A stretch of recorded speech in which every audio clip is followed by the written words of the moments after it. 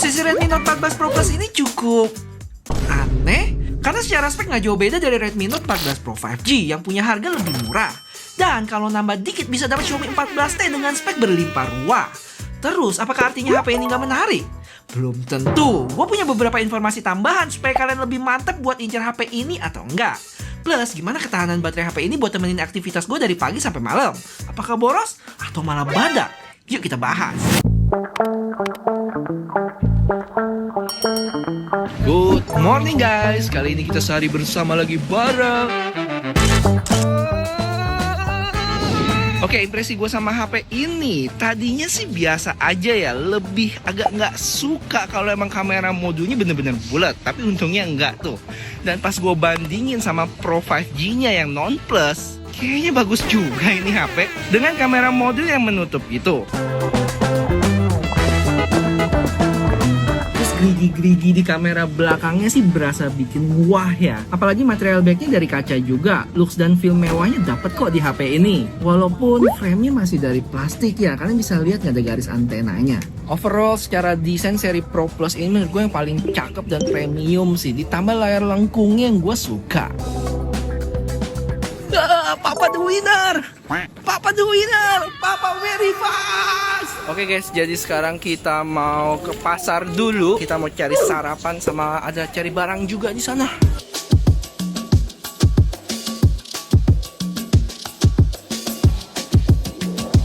Oh ya, kalau ngomongin haptic feedback, gue jadi inget pas awal-awal pakai HP ini, getarannya kayak nyebar gitu ya, kurang mantep aja. Dan setelah gue cek, ternyata dia pakai keyboard bawaannya Xiaomi. Jadi kalau kalian kurang sreg, kalian bisa coba install Gboard deh. Pas gue ganti, getarannya jadi lebih mantep sih, lebih bulat dan solid gitu.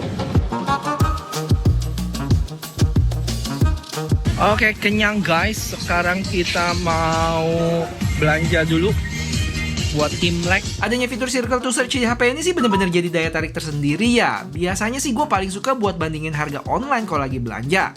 Misalnya pajangan kalau gue cek ini di online itu $30, tapi di sini dijual 32,8. Wah, selisih 30 ribuan kan lumayan banget tuh. Selain itu dia juga bisa bantuin cari lagu yang lagi diputar dengan pencet tombol nada di sini. Tunggu bentar dan keluar deh hasilnya. Tapi ini yang mana ya? Sama terakhir, tombol yang di sebelah kanan ini nggak kalah penting. Nanti gue tunjukin.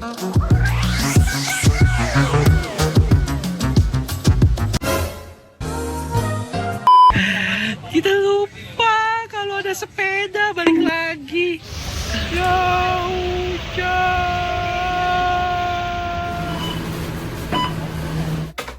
Oke guys, akhirnya sampai rumah juga dan update dulu. Sekarang jam 11-an, baterai ada di 93% ya. Sekarang gua mau kerja dulu bentar, upload satu video. Oke, sambil tunggu kelar kerja, kalian bisa cek spesifikasi HP ini di layar ya. Gue nggak bakal bahas lagi. Paling yang pengen gue lurusin di sini, beberapa dari kalian yang kegocek mikir kalau HP ini pakai chipset Snapdragon 7 Gen 3. Dan ini kurang tepat ya. Dia pakai chipset Snapdragon 7S Gen 3. Ingat, ada S-nya. Dan secara Antutu itu dia punya skor 750 ribuan. Angka ini sedikit di bawah Snapdragon 7 Gen 3 ya, yang dapat skor di 800 ribuan. Dan kalau dibandingin sama Dimensity 7300 yang dipakai Redmi Note 14 Pro 5G atau brand sebelah, dari tes gue kemarin dapat skor di 640 ribuan. Selisih 100 ribuan lebih baik di Snapdragon 7S Gen 3. Jadi semoga jelas ya posisi chipset ini ada di mana. Akhirnya publish juga video baru. Masih nol nih. Oke guys, update dulu. Sekarang jam 1, baterai ada di 87%. Belum terlalu banyak pakai nih. Baru habis ini kita mau keluar buat bersenang-senang. Hujan guys. Gimana nih? Oke guys, kamera selfie-nya ini pinter ya dia. Kalau ketemu di tag 2 orang, dia bakal otomatis ke tuh, jadi 0,8. Jadi 1. Jadi 0,8. Oke, thank you. Oke guys, jadi kita mau menjenguk teman yang habis lahiran. Halo. Pas lagi ngobrol-ngobrol, bocil sempat minta nonton YouTube. Dan total selama 30 menit baterai berkurang 4%.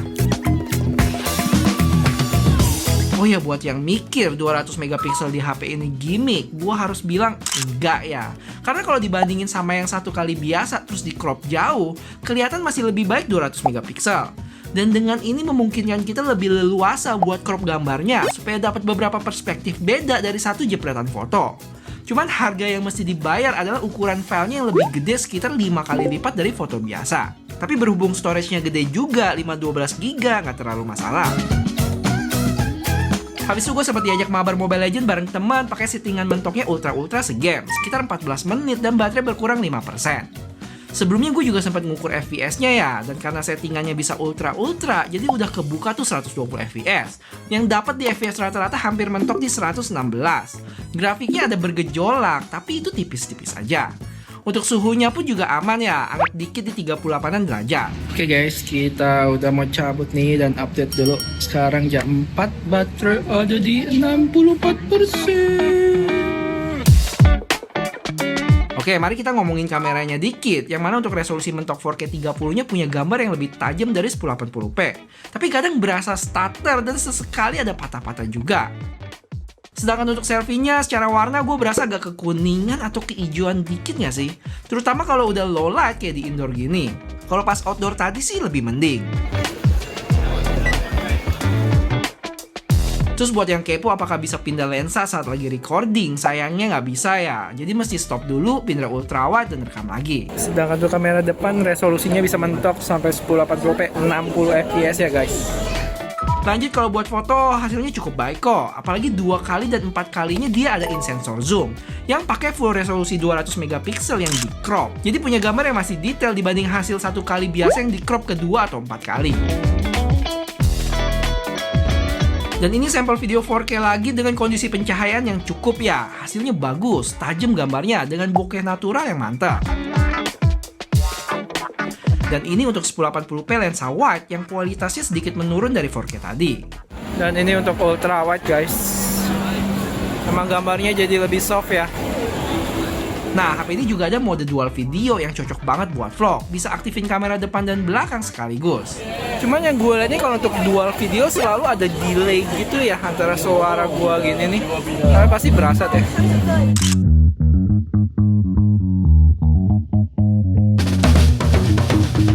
Terus kita sempat ke swalayan dekat sini beli oleh-oleh yang tulisan Inggrisnya minim banget. Bahasa Cina semua kalau kalian lihat tulisannya. Gawat. Gimana nih semua bahasanya kayak begitu?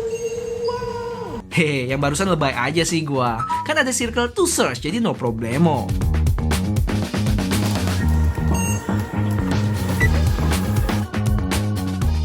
Betul guys, kalau kalian suka sama konsep video sehari bersama kayak gini, kasih tahu gue dengan like video ini ya. Dan subscribe juga buat yang belum. Thank you. Aduh guys, capek.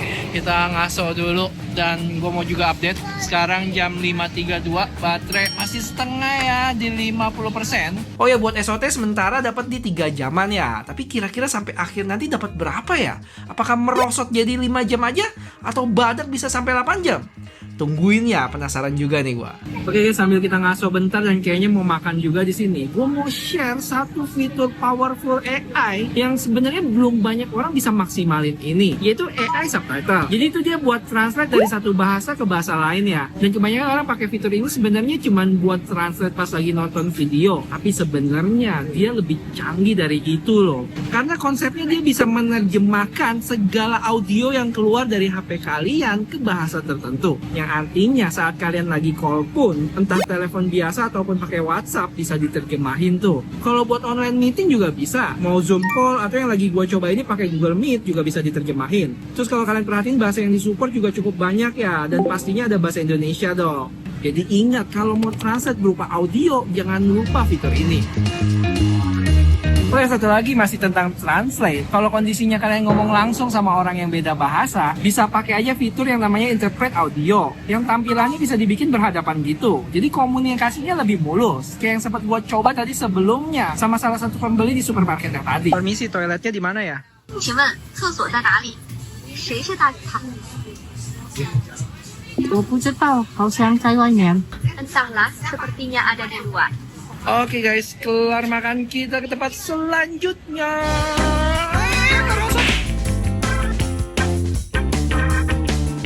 Next kita mau ke MBS dulu, tapi naik sepeda aja dah kesananya.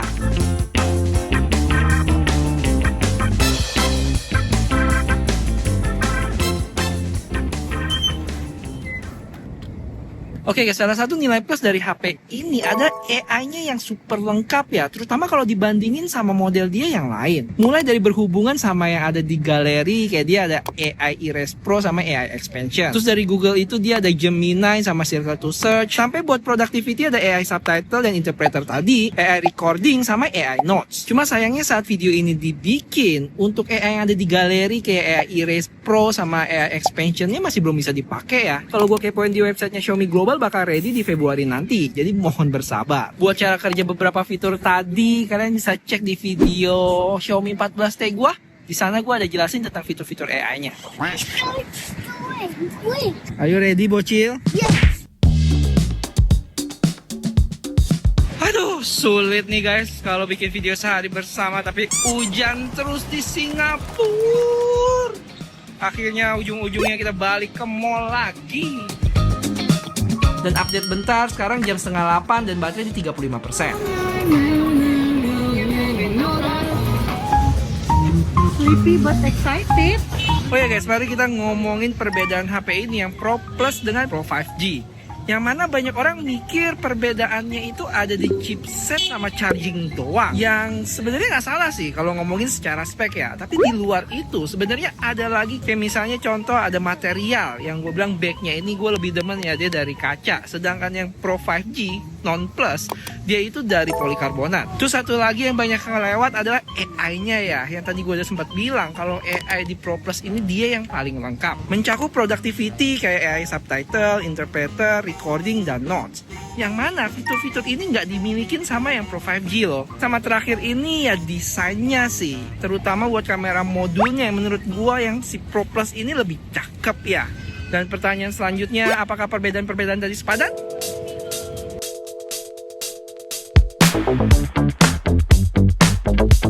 Oke, buat kondisi low light, video di HP ini menurut gue cukup lemah, terutama ultra wide. Kalau wide-nya masih lebih mending.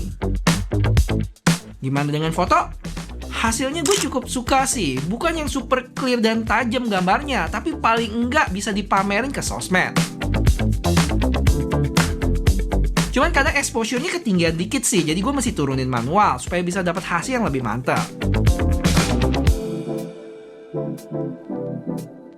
Oke guys, capek dan kita udah mau balik dan update dulu baterai di 25% ya. Masih seperempat. Oh ya, gue belum sempat jawab pertanyaan yang tadi. Dari perbedaan tadi antara Pro Plus dengan Pro 5G, apakah sepadan? Ya, menurut gue sih tergantung balik lagi ke kalian ya. Perbedaan-perbedaan yang tadi itu kalian bener-bener kepake apa enggak? Misalnya kayak tambahan AI-nya berguna nggak buat kalian? Terus habis itu dari sisi charging, apakah kalian butuh charging yang cepat dan lain sebagainya? Kalau dari gue sendiri sih yang cukup kena ya di bagian desain dari kamera modul dan material glassnya itu bener-bener feel HP-nya jadi lebih premium sih. Jadi itu yang benar-benar jadi alasan misalnya gua disuruh pilih untuk yang Pro Plus. Habis itu di jalan pulang gua sempat mainan HP dan sampai rumah jam 9:30 lewat dan baterai ada di 21%. Sempat lanjut nonton YouTube dan sosmedan sampai jam 11:30 sampai baterai ada di 5%. Oke, sebelum gua spill SOT dari HP ini, mari kita charge dulu pakai chargeran 120 wattnya dari baterai 5% tadi. Dan selama 10 menit, baterai udah nambah 48% ya. Terus 20 menit kemudian ada di 84, sampai akhirnya di 99% dalam 25 menit. Dan terus gimana SOT? Termaksud awet ya, dapat di 7 jam dengan penggunaan paling banyak ada di YouTube dan Instagram masing-masing 1 jam 40 menitan. Terus pakai kameranya juga termasuk sering nih di 1 jam sendiri. Habis itu ada beberapa app lagi dan sempat ngegame juga sekitar 15 menit. Jadi menurut gua secara baterai nilai plus sih dari HP ini. Oke, jadi kesimpulan gua tentang HP ini punya desain yang cakep, premium juga dengan layar lengkung plus back dari kaca. Walaupun layar lengkung ini nggak semua orang suka ya, biasa para gamer agak anti.